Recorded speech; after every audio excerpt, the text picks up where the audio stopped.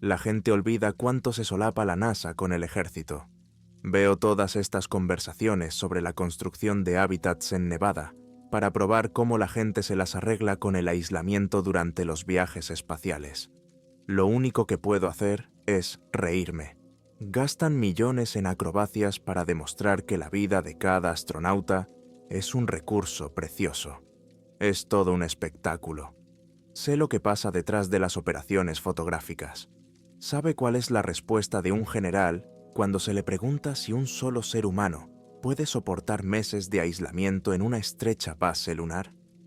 Puedo decir personalmente que la respuesta es: vamos a averiguarlo. Y a eso se reducía mi misión. Cuando llegó el momento, la base se dejó caer en la cara oculta de la Luna. Se aseguraron de que estuviera fuera de la vista de cualquier programa espacial. Me enviaron unos meses más tarde en lo que supuestamente era un vuelo no tripulado. Me escondieron en un compartimento secreto del tamaño de un armario de escobas. Me habían elegido no porque fuera el más cualificado, sino porque no tenía familia ni perfil público. Mi trabajo no era ser un supercientífico de vanguardia. Yo era más un mono de laboratorio para raspar especímenes y poner polvo en frascos. Tenían el hábitat, tenían los cohetes, incluso tenían próximas misiones que iban a pasar por la Luna. El único problema era encontrar a alguien prescindible. Y vaya si yo era prescindible. El trato era que, si funcionaba, me ascenderían rápidamente a astronauta de verdad. No importaban los exámenes que había suspendido 10 veces. Me dijeron que lo habían resuelto. Si no, bueno, perdían un hábitat y un hombre que no valía mucho para empezar. Por supuesto, tenían un montón de otros gruñidos que podrían haber elegido. Pero yo tenía una evaluación psicológica que me catalogaba como extremadamente cómodo con el aislamiento. E incluso ahora, admito que esa parte de la experiencia no me molestó. Ni el viaje hasta allí, ni la soledad al llegar, me afectaron demasiado. Lo que más echaba de menos era el color, no la compañía.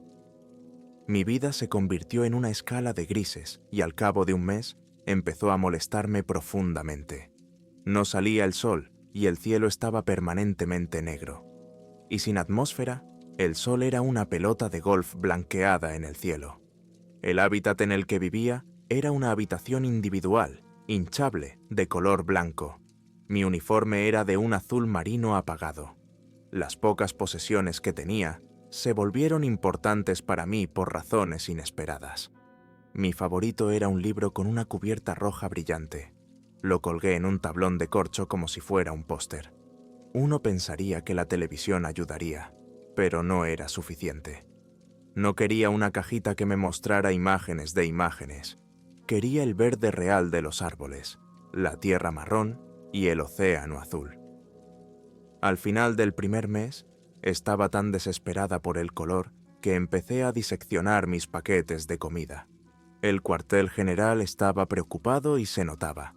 Creo que les preocupaba que el aislamiento me estuviera afectando. No era así, estaba bien, pero no protesté demasiado. Solo quería salir y echar un vistazo. Ahora, mi primer viaje estaba destinado a ser un cráter cercano. Iba a tomar algunas muestras de un antiguo impacto de asteroide que podría o no tener relevancia para la vida en la Tierra. Realmente no me importaba. Iba por el paseo, por la exploración. Era tan impresionante como esperaba. Vi un enorme desierto de plata. Era un océano de cristal arenoso. Su superficie solo estaba interrumpida por cráteres, colinas y valles. Volví a sentirme como un niño, explorando el patio de mi casa. Me impresionaba fácilmente el descubrimiento de una roca de forma graciosa, o de una pequeña zanja, o una colina alta. Tardé 1 hora en recorrer lo que deberían haber sido 20 minutos. De vuelta a la Tierra, con aquel voluminoso traje, bien podría haber sido una ascensión al Everest. El verdadero problema era mantenerme erguido a cada paso. Había pasado mucho tiempo en el hábitat para acostumbrarme a moverme en baja gravedad, pero no lo hacía muy bien. Una vez en el traje, cuando quería admirar el paisaje, tenía que pararme y asimilarlo porque no podía caminar y maravillarme al mismo tiempo. De tanto pararme, me fijé en la abertura del cráter. Había algo en la oscuridad de ese lugar que parecía diferente. Creo que una parte de mi cerebro podía ver algo oculto en la oscuridad, y me decía que me acercara. Así que lo hice. No era realmente un cráter, era más bien una zanja, pequeño comparado con los otros lugares de impacto escarpados, casi 10 metros de diámetro como mucho, y con un pronunciado descenso que significaba que el suelo estaba en permanente oscuridad. Creo que así es como todas esas fotos de satélite de la Luna pasaron por alto esta extraña formación. Bueno, eso y el hecho de que era diminuta. Era un agujero, tal vez incluso una puerta. Fue cortado en la superficie inclinada de la zanja, de unos 2 metros de altura y con la parte superior redondeada. No era tan liso como para parecer artificial, pero tampoco tan rugoso como para considerarlo una abertura de cueva normal. Me recordó a viejas iglesias y ruinas griegas en ruinas. Por desgracia, solo yo podía verlo. No podía transmitir vídeo en tiempo real a menos que el orbitador estuviera directamente encima de mí. Tuve que confiar en el audio. Con un pequeño retraso, supe que iba a ser una conversación difícil, y miré brevemente al cielo, con la esperanza de ver las luces del orbitador parpadeando sobre mí. Al menos así podría enviar algunas fotos. Control de misión, aquí el teniente Gantz. ¿Me reciben? Hablé por el micrófono. Teniente Gantz, aquí control de misión. Podemos leerte. ¿Cómo va el paseo lunar? HQ respondió. Creo que he encontrado una puerta. Silencio. Cuando el cuartel general volvió, se aseguró de decir cada palabra lentamente. Teniente Gantz, me han aconsejado que regrese al módulo. Estamos preparando personal de apoyo. Sí, no necesito un terapeuta, dije, enfadado por su doble lenguaje. Estaba claro que pensaban que estaba loco. Por despecho, empecé a bajar por el borde del cráter. Mira, te digo que estoy viendo una puerta. Estoy enviando mis coordenadas ahora, y les hago saber que voy a entrar. Teniente Gantz, tiene instrucciones de regresar. Siguieron divagando. No controlaba las funciones de comunicación de mi traje. Tal vez, si me hubiera comportado mejor durante el primer mes o 2, habría sido diferente. Pero me molestó, al menos hasta que di unos pasos por la puerta. De repente, las voces se cortaron. No sabía muy bien qué pensar. Por un lado, el silencio era un alivio. Por otro, bueno. Me volví y miré hacia la abertura y vi el borde del cráter brillantemente iluminado. Me llamaba con promesas de seguridad y rutina, pero la oscuridad que había delante me llamaba con una promesa totalmente distinta. ¿No había querido esto?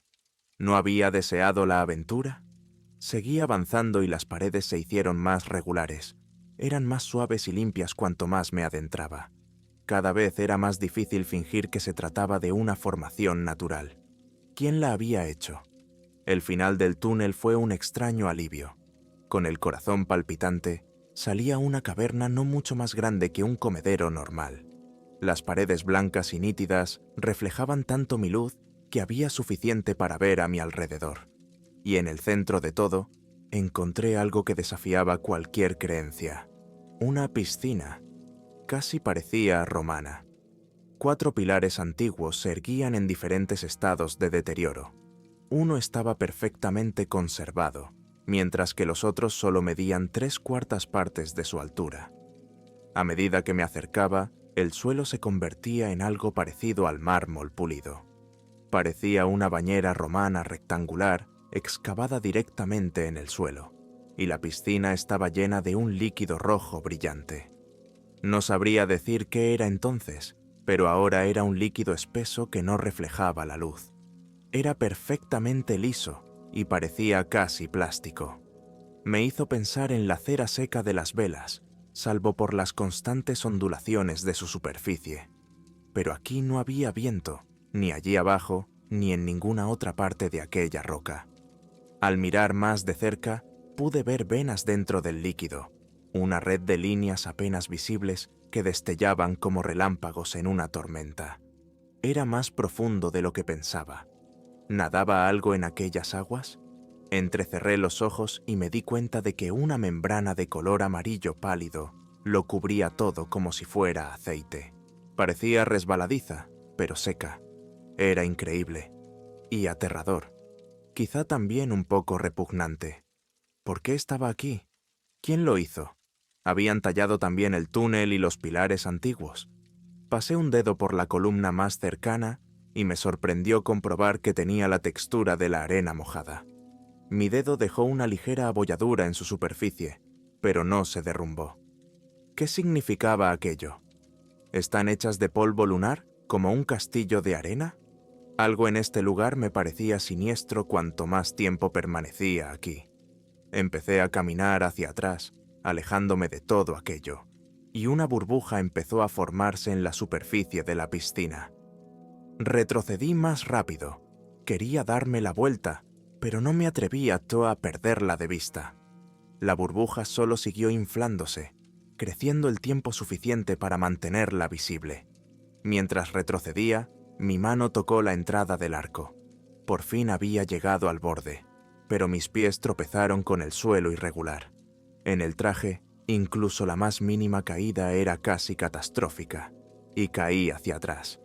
Al caer, perdí de vista la burbuja roja. Esta respondió con un repentino y violento escalofrío. Algo que parecía una lengua gigante saltó por encima del borde de la piscina y golpeó la arena, y el miedo se apoderó de mí. Con un forcejeo desesperado, me di la vuelta y empecé a arrastrarme. Luego medio corriendo y medio tropezando hasta trotar erguida. Me agarré a las paredes del túnel con las manos. Ignoré cada golpe cuando mi traje chocó contra roca sólida. Por lo menos, el cuartel general había recuperado la comunicación. Jadeé por el micrófono. Tenéis que ver esto. Era difícil rebatir las fotos. Al principio lo intentaron. La teoría más popular era que eran pinturas fotorrealistas que había hecho usando comida como pigmento. Pero el análisis espectral lo desmintió. Las fotos de la cámara del traje eran reales. La piscina y lo que había dentro eran reales. Querían muestras, querían fotos, querían lecturas. Querían que sacara la mitad de los instrumentos del hábitat y los pusiera en la caverna. En resumen, querían que de repente desarrollara y ejerciera habilidades que nunca me habían enseñado. En un lapso de tiempo, nadie podría posiblemente esperar hacerlo en.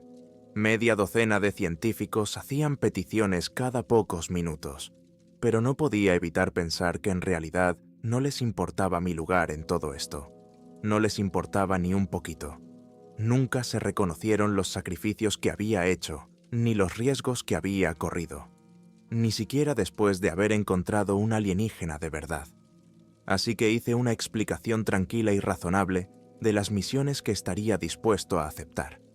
Estas se reducían a tal vez tomar algunas muestras, e incluso entonces tuve que ser amenazado con un consejo de guerra. Podía recoger algunas de las rocas, polvo, tal vez incluso algunas de las extrañas columnas, pero ellos querían una parte de lo que hubiera en esa piscina.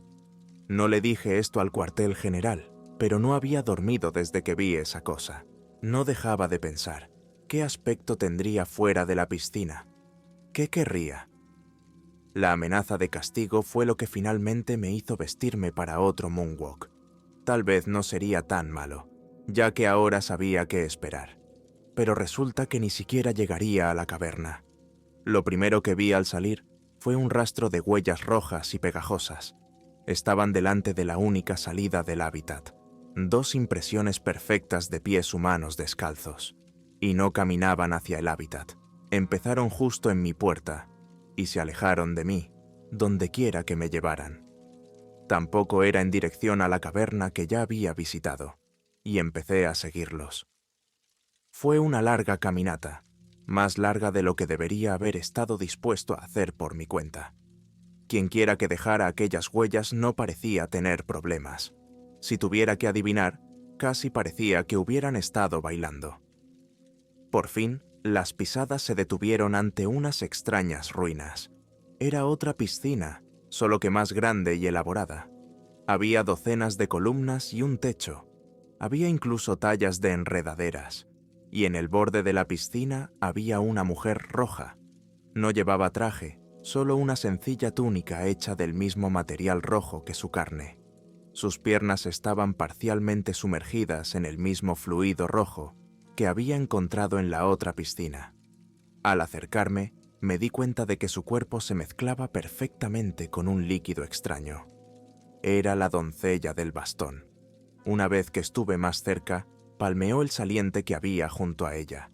Quería que me sentara, pero estaba demasiado cerca del estanque. Sacudí mi voluminosa cabeza. Por un momento me pregunté qué aspecto tendría yo para ella. Una gigantesca placa dorada, nerviosa, diciendo que no. Con una sonrisa juguetona, se acercó y me tocó la bota del traje tan rápido que ni siquiera tuve tiempo de reaccionar. «Qué gracioso eres», dijo. «¿Qué es usted?», balbuceé. «Un dios». Sonrió y la creí al instante. «¿Qué es lo que quieres?», le pregunté. «Jugar». Volvió a sonreír. Algo en su expresión era desconcertante. Era la cosa más hermosa que jamás había visto. Pero debajo de esa belleza había algo más. No podía explicarlo. Me hacía sentir como un insecto. «¿Qué quiere decir eso?», pregunté. «Quiero». Puso una expresión divertida, casi juguetona. «Quiero hacerte un jardín». Di un paso atrás y sus brazos se estiraron fácilmente hacia mí, rompiendo cualquier ilusión de que fuera humana. Detrás de ella, las runas se derrumbaron sin hacer ruido. Se desintegraron por completo en cuestión de segundos, dejando tras de sí únicamente el propio estanque. Al acercarse a mí, su mano se separó. Su carne líquida empezó a cubrir lentamente mi visor. «¡Para!», grité. «No», respondió mientras la luz del casco se desvanecía. «Eres mucho más excitante que esta prisión. La electricidad de tu sistema nervioso, la tensión de tus fibras musculares, el patrón de tus huesos. Ahora que por fin ha terminado mi exilio, quiero hacer arte con todos vosotros». Me caí de espaldas. Ella se rió y yo empecé a arrastrarme, esperando que me siguiera, pero se quedó quieta con las manos en las caderas. Seguía riéndose de mis intentos desesperados por escapar. El pánico me hizo torpe. Tardé más de lo debido, y cuando por fin conseguí rodar sobre mi espalda y volver a ponerme en pie, me volví para mirar detrás de mí. Desapareció en la nada. Ella, las ruinas y la piscina. No recuerdo mucho del camino de vuelta, solo la constante sensación de que la mujer roja me observaba. Pero sí recuerdo el momento en que por fin regresé a mi hábitat y descubrí que la esclusa estaba abierta de par en par. Y de repente me di cuenta de que no había oído a nadie en mi comunicador desde que me había ido. Nadie sabe exactamente lo que pasó durante mi paseo. No exactamente. Muchas de las funciones de mi traje fallaron justo en el momento en que ella tocó mi bota. Las imágenes y grabaciones de sonido se borraron por unos momentos fugaces. Ella tuvo acceso a mi radio. Nadie sabe realmente lo que dijo al cuartel general cuando lo hizo. Los militares habían reforzado la seguridad durante mi segundo paseo lunar. Vaciaron las salas de comunicaciones y redujeron el personal al mínimo. Un coronel, 2 especialistas en comunicaciones y un científico superior. Eran los únicos presentes cuando habló la mujer roja. Cuando volví al hábitat, todos se habían suicidado. En ese momento, yo no sabía nada de esto. Tenía mis propios problemas en la luna. Dentro de mi hábitat, encontré huellas de manos rojas por todas partes. Estaba tan contaminado que me dejé el traje puesto mientras tomaba notas de lo que había tocado. Tuve que asumir que esta cosa estaba hecha del fluido. ¿Significaba eso que los restos de fluido que quedaban en mis pertenencias seguían siendo parte de ella? Me pregunté. Mi primera idea fue quemar todo lo que había tocado, pero había tocado tanto que ni siquiera era una opción. No tendría nada que comer y ningún sitio donde dormir. De repente tenía mucho sentido por qué me había atraído millas en el medio de la nada para nuestra conversación. Me quería lejos mientras jugaba con mis cosas. Extrañamente, pensé que la mayoría de las huellas estarían en mi equipo, pero ella había mostrado un inquietante interés en objetos personales como ropa sucia y platos sin lavar. Cualquier cosa, supongo, con un rastro orgánico. Por primera vez en semanas, quise tener noticias del cuartel general. Claro que en aquel momento tenían otras cosas de las que preocuparse, como retirar los cadáveres de la sala de comunicaciones. Intenté comunicarme, pero nadie respondió. Miré mis provisiones, todas cubiertas de su goteante huella roja, y me di cuenta de que no podría comer nada de eso. ¿Y qué hay del agua? Una sola gota de ella podría estar en el tanque. ¿Me daría cuenta? Me daban arcadas de solo pensar en tener algo de ese líquido dentro de mí.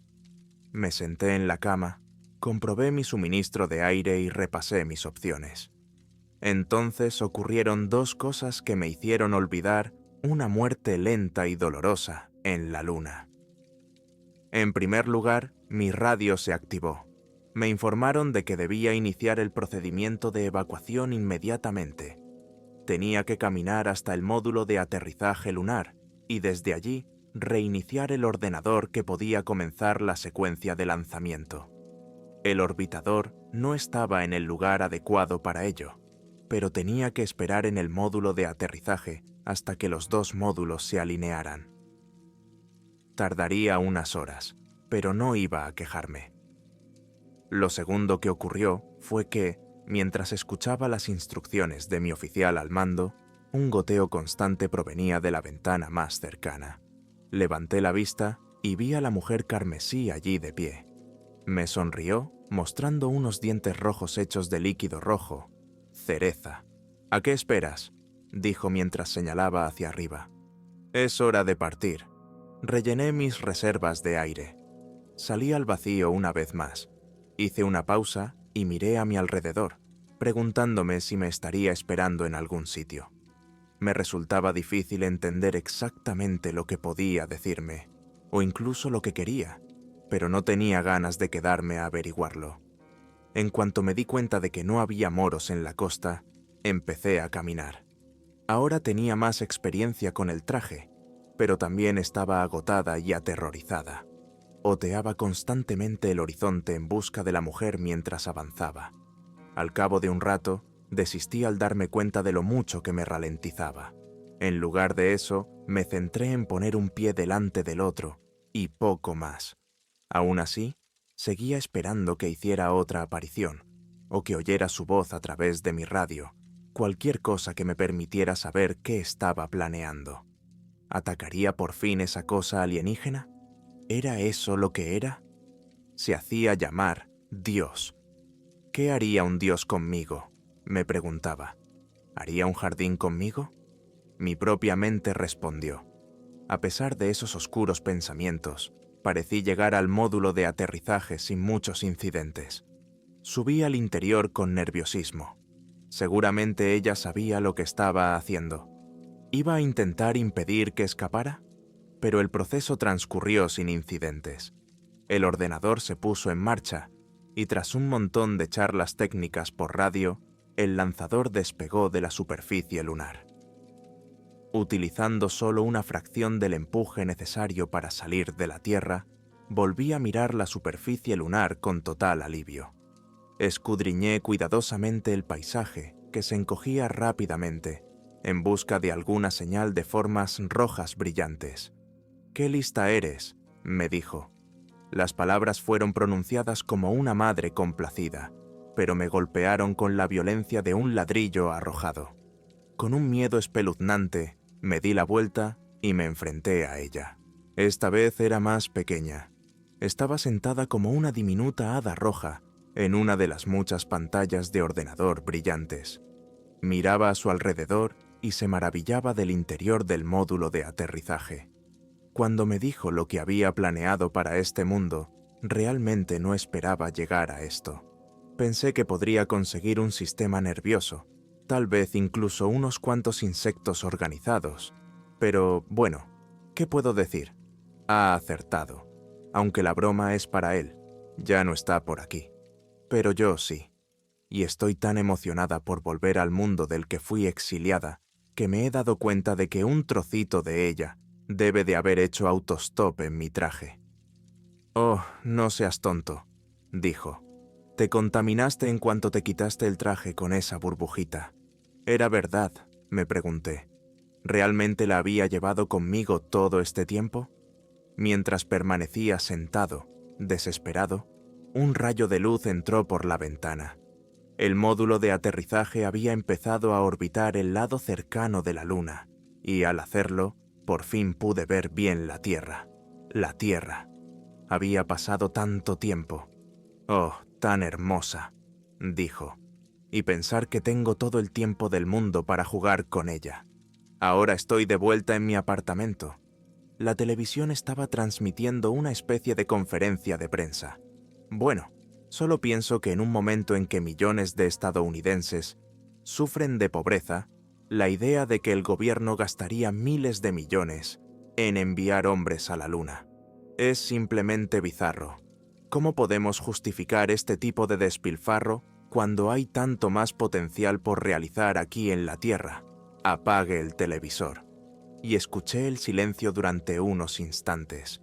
Fuera quien fuera aquel político, me pregunté si estaría contaminado o si simplemente había dado un argumento especialmente convincente.